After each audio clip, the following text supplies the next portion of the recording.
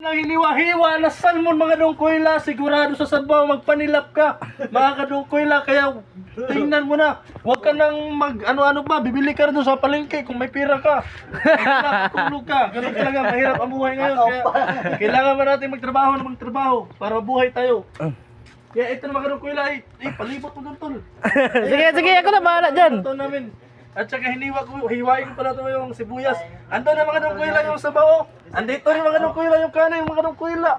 Ayan, marami yan. Andoon pa rin mga dongkoyla ang pansit. Masarap yan, malinamnam. Masarap pa sa juwa mo na niluloko ka lang. Andito pa rin mga dongkoyla. Yung nasaan yung kinilotol? Ito na mga dongkoyla, ang mga pambato natin na kinilaw. Kaya huwag kayong mag-alala at kayo nagugutom na. Pasok! Ambassador, sir. Napasimple lang yan, mamaya pa yan. Mamaya pa yan yung attack yung basher.